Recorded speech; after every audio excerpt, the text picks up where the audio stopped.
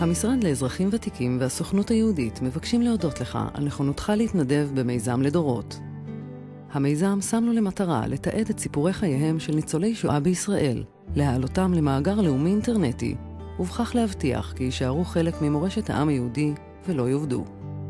בימים הקרובים יתקשר אליך נציג של עמותת רוח טובה על מנת לצוות אותך לניצול שואה באזור מגוריך שביקש לתעד את סיפור חייו. לאחר מכן תתבקש לתאם מול ניצול השואה את הגעתך למקום מגוריו לצורך התנדבותך.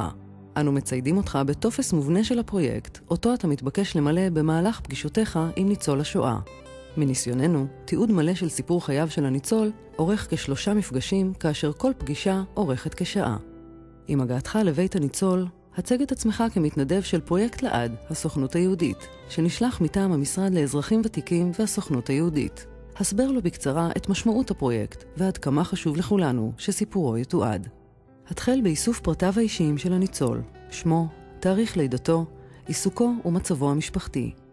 אנא הקפד על מקומות המוזכרים בסיפור וכתיבתם הנכונה בעברית ובאנגלית. המשך בקצב שלו לסיפור חייו לפני תקופת השואה, במהלכה ולאחריה. ייתכן כי במהלך המפגש הניצול יתרגש, יבכה ויתקשה לספר. במקרה שכזה, העט והתקדם בקצב שלו. אם אתה רואה שהוא נסער מדי בכדי להמשיך, הצע לו להפסיק ולהמשיך בהזדמנות אחרת. בכל מקרה, השתדל להימנע מלהאיץ בו להתקדם בסיפור. במהלך תיעוד סיפור חייו, השתדל שלא לתמצת את דבריו, אלא דווקא להרחיב. שאל אותו שאלות מנחות שיש בהם כדי לתת תמונה מלאה יותר של סיפורו. עודד אותו לספר אנקדוטות שיש בהן כדי להכניס תוכן ועניין.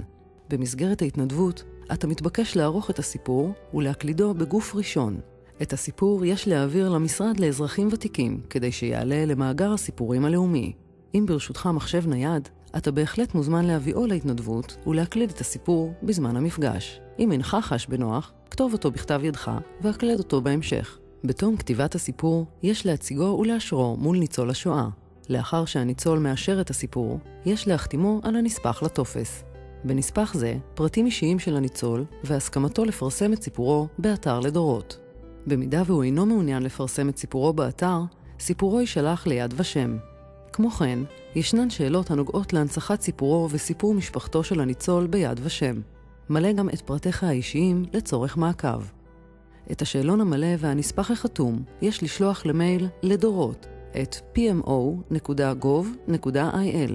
ניתן לשלוח את הנספח בלבד גם לתא דואר 10437, פתח תקווה 49003, או לפקס שמספרו 02-560-5034.